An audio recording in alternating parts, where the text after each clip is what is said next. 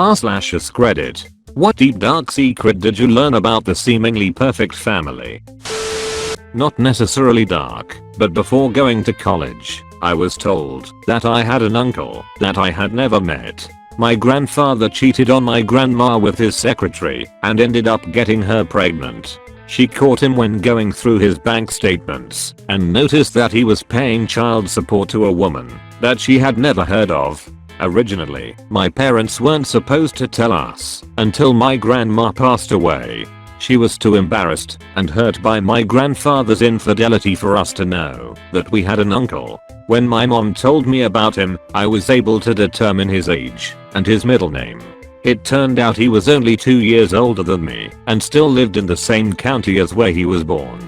I spent 6 months scouring Facebook and sending strangers messages about unknown family members. Eventually, I was able to find him. When I did find him, it turned out he was struggling with drug and alcohol addiction. I told him I wouldn't bring him home to meet his brothers, nieces, nephews, etc. until he was clean and sober for a year, and that if he tried to reach out before that, I would make sure he had no contact with our family moving forward. It was a hard thing to tell someone at 19 years old, but he took it seriously and got clean. A year later, I brought him home to meet his brother, my dad, for the first time. It was weird. The dad was molesting and beating the foster boys, 10-12Y/0, while the mom was addicted to prescription pills and banging the neighbor. The family lived a few streets over from me growing up and very devout Christians, which, at the time, I thought was super admirable. I was an early teen who rode his bike all over the neighborhood as a matter of course, so I was initially drawn to the area that had a bunch of kids roaming around, including the hot blonde. Big mistake. The parents got super weird with their insistence that I go out on a date with their daughter that was my age, to which I wasn't attracted at all, and were kinda pushy about us kissing in front of them. I wasn't ready, and I sure as hell wasn't about to be forced like that.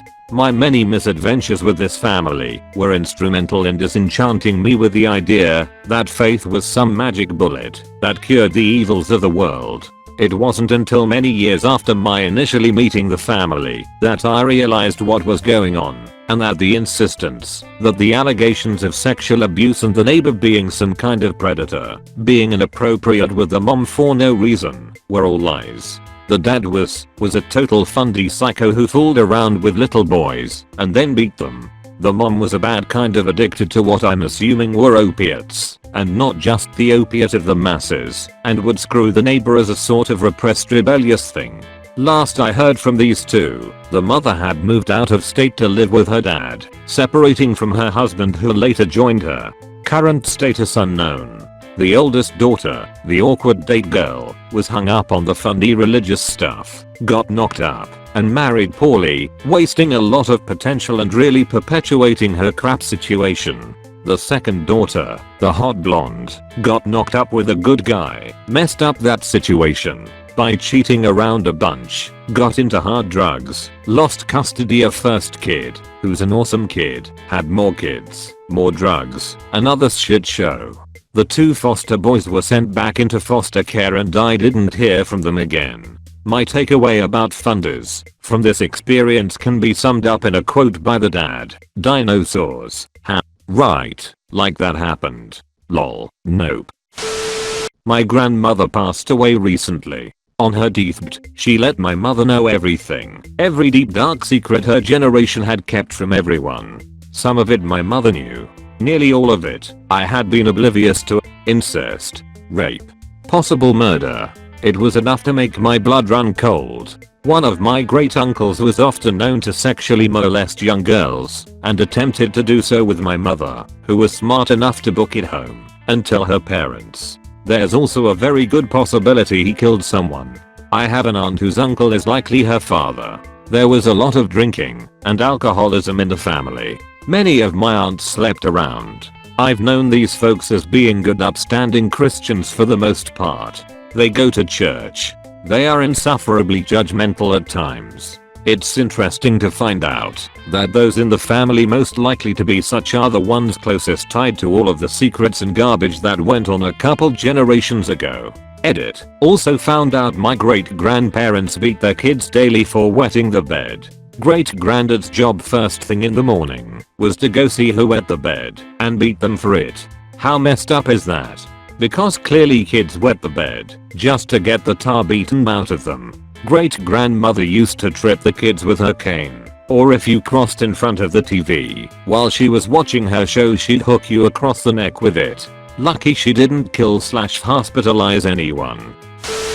I recently found out that my brother, sister and I all gave different dads. My biological father raised my brother and sister, and they call him dad and view him that way, but I spent over a quarter century not knowing I don't have any full siblings. Not my family, but a very wealthy philanthropic family in my small town. Their youngest son is a textbook sociopath. Handsome, well-spoken, intelligent, and completely devoid of human sympathy. In our early 20s, he didn't like that my best friend, who he was interested in, would rather spend time with me than him. He and his best friend then stole his grandmother's car and drove it into a ravine, and tried to frame me for it, even going as far as to try and charm my BFF into lying to the police and saying I had admitted it to her. When she refused, he raped her. He raped her because she would send her best friend to jail. I found out all of those in pieces, one of which was his best friend, the one he stole the car with, coming to me and telling me what was going on. Nothing ever came of those other than me writing an anonymous letter to his parents and some other friends spray painting rapist on his car and house. Last I heard he had cashed out his trust fund and was living in Sokol. Fuck you, Will. I hope you destroy yourself. Late to the party, so I'm just gonna skip over all the backstory proving how much of a perfect family we are. Picture white picket fences, Sunday brunch, doctor/counselors, that sort of shit. Two of my aunts are actually not my aunts, but rather my mother's cousins. They were raised by my grandparents from the age of 8 and 14. Because their parents had died, I knew this from a young age but never bothered to ask how they died. Sometime last year I was inquiring via my mother as to how many siblings her parents had. I think I was reading something about people from big families being more likely to have more children or some shit. Anyhow, I'm told that my grandfather had one brother and one sister. His brother, it seems, was a lot slow in the head. His sister, as far as I'm aware, is perfectly normal. I ask what happened to them and are they still alive. So mum tells me this brilliant little family secret. Sees comes to Grandad one day and tells him she's being beaten by her husband, so good old Grandad bails old mate up, gives him a flogging, and tells him if he ever lays a hand on his sister again, has dead. Skip ahead a week. Grandad decides to go check in on C's. Doesn't announce he's coming, as him led to believe was the common thing to do back then. Grandad rolls up to one of the shearing sheds on C's husband's farm, finds the guy and 3 others chock-a-block molesting my aunts who are 8 and 14. Grandad goes Rambo, grabs a big set of shears and slaughters his brother-in-law and the 3 other pedo fuckers. There, C's is nowhere to be found. Takes my aunts back home for grandma to try and de-traumatize. He then heads on up to now dead brother-in-law's parents' farm. Some odd thing about being honest and hearing it from him, not secondhand. Papa dead guy doesn't take it well.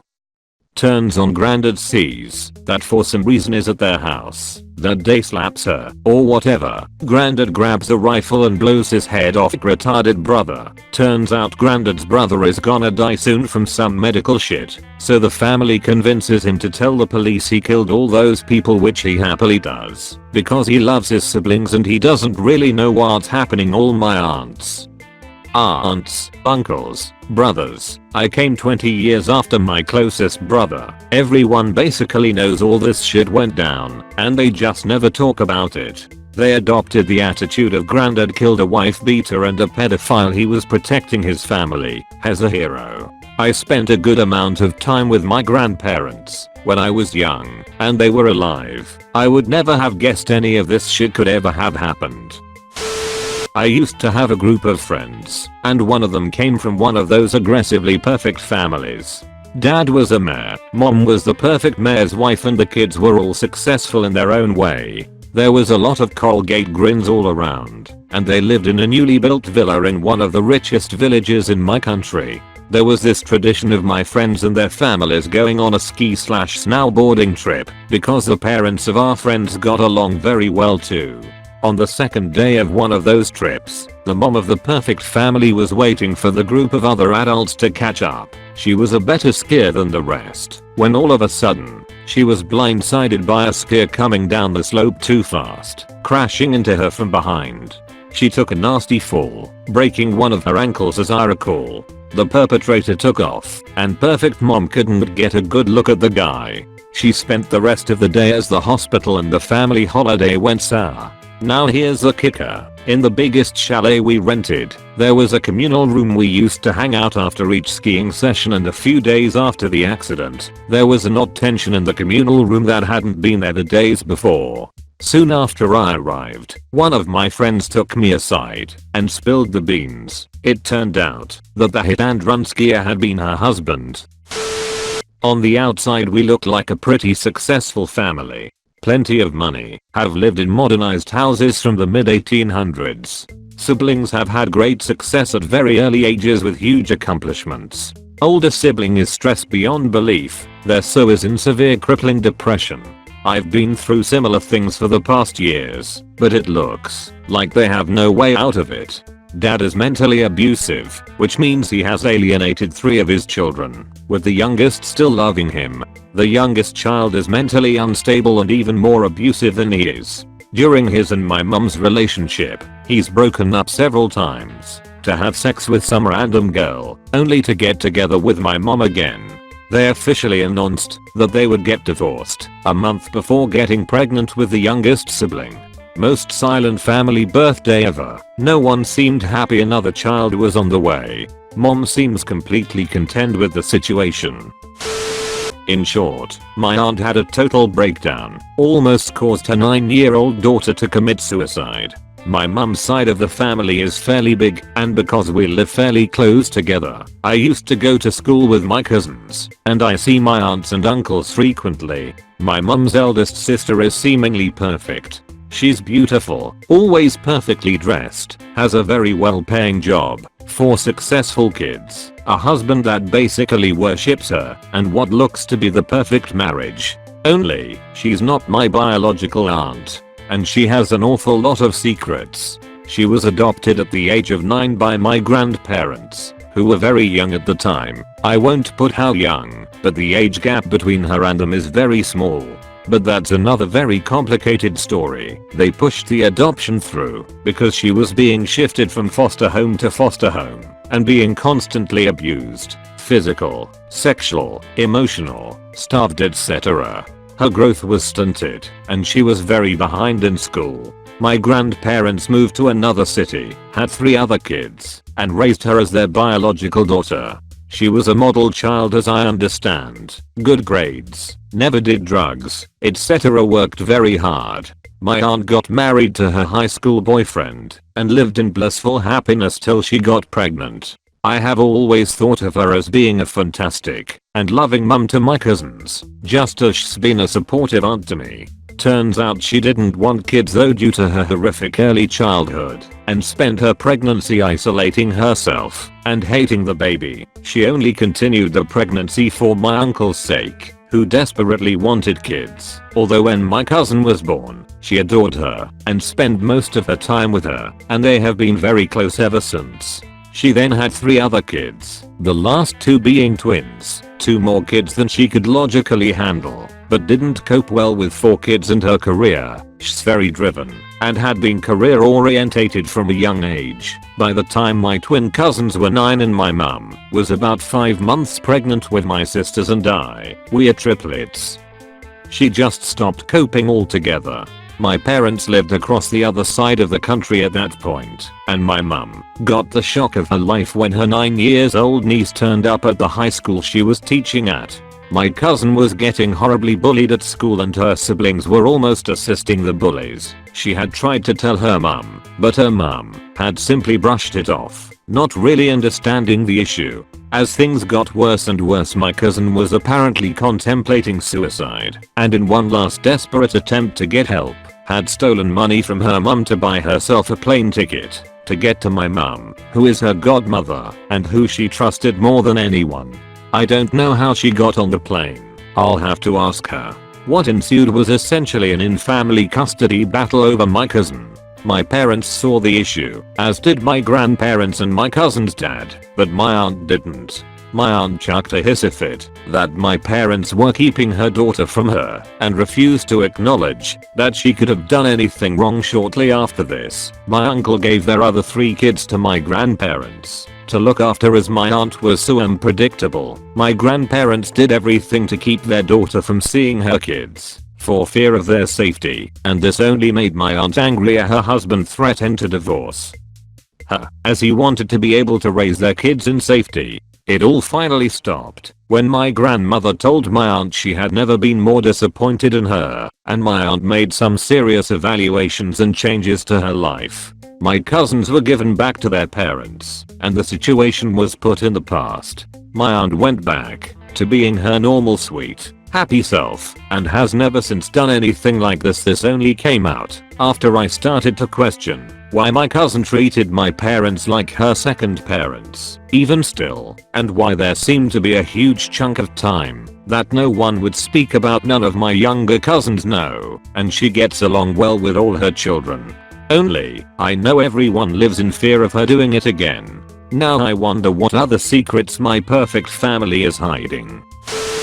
My next door neighbors, husband, wife, and 2 young girls, and my neighbors down the road, husband, wife, and 3 young girls, were the best of friends and did everything together. They went on vacations together, they went out to dinner together, they even bought a timeshare together. My family had to move to a different state for 2 years, and this was during the housing crash of 2008, so our house never sold, so we just moved right back in. Well, when we were cleaning up our house to move back in, we found a Kama Sutra style book in a bathroom drawer and a mysterious bleach stain on some carpet. We had told all the neighbors where the extra key was in case they wanted to store stuff temporarily or take cover during a hurricane. We live in Florida or whatever, since there wasn't anything of ours there to steal. We just assumed some teenager couldn't find anything better to jack off to and tried to clean up his mess. After a few months of being moved back in, our next door neighbors move out in the middle of the night. They left in such a hurry they left their cat. We come to learn that the husband of our next door neighbors and the wife of the other neighbors were having an affair and using our house as a rendezvous, and used baby monitor milliseconds to keep an eye on the kids. When we moved back in, they had to start taking business trips and they eventually got caught. Their wife on the next door neighbors was willing to work things out, but didn't want be in the same neighborhood as that whore. That was convenient, as the husband down the street was basically a hillbilly Jason Momoa and was threatening to kill them.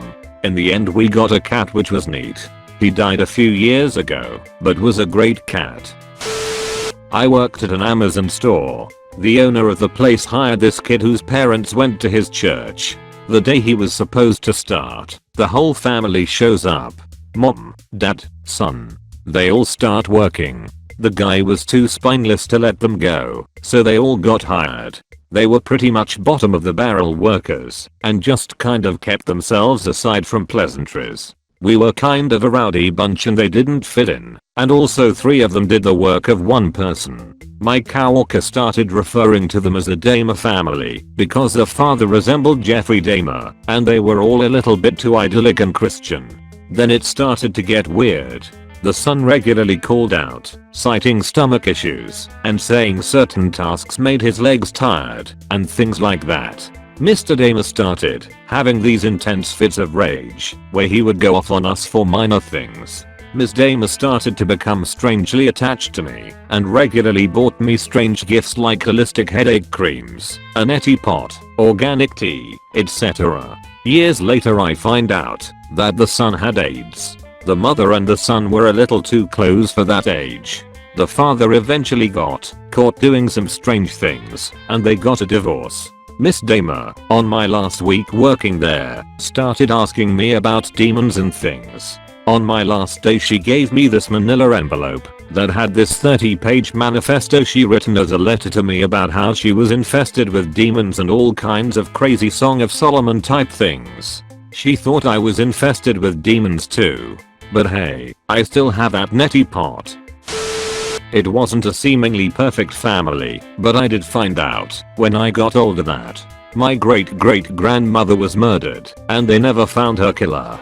I had to always wear long shirts and long pants around a particular uncle and only found out why when I was 13 and he propositioned me to have a threesome with my mother. Then found out that he'd spent 7.5 years in jail for aggravated assault. No one in my family talks about it. My uncle's uncle molested him when he was 8 and was surprised by what little boys could do puke.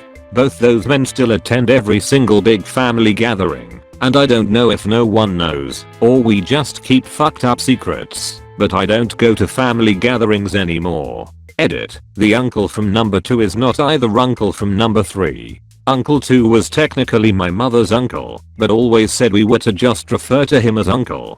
The reason it's kept secret is because my nan doesn't want to judged by her family for me outing a disgusting family secret that she was told to keep quiet about by those involved, so that's why I don't go anymore, because I don't have time to keep secrets for incestuous child molesters. My family seemed pretty perfect until my folks got divorced when I was 13. They both assured me that it wasn't anyone's fault. As it turns out, while I wasn't the reason, I was the catalyst. My dad started to notice that, as I aged, I shared no physical features with him. He confronted my mom about it, and she revealed the truth. I was the product of a drunken one-night stand. My mom and dad had dated briefly, and then broke up. Shortly after the breakup, mom went to a party and hooked up with some guy. When she discovered that she was pregnant, she contacted my dad and told him that I was his son. They got married shortly after I was born. Dad agreed that no one else needed to be told, but the fact that the whole marriage had been built on a lie brought a lot of bad shit to the surface and they decided to call it quits. My perfect family was shattered, but what's worse, a lot of terrible things have come to the surface in the years since that have poisoned all but a few of my memories of growing up. Edit. Thanks for the gold. I mean, I'm not sure how I feel about so many people calling my mom a whore, but whatever.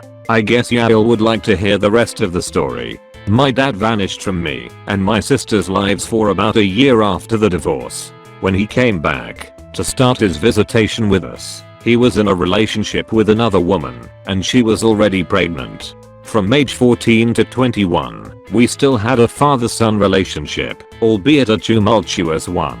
I blamed both him and mom for the divorce at first, but I eventually came around, and by the time I joined the Air Force we were thick as thieves. Then I got married.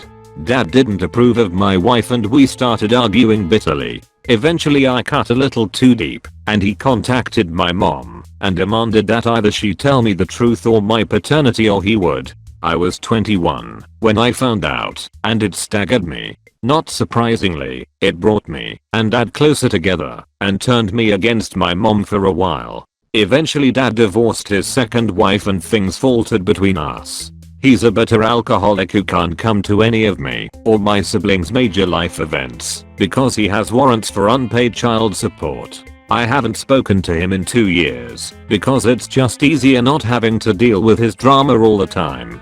I still consider him my dad. Me and mom eventually had it out and things healed nicely between us.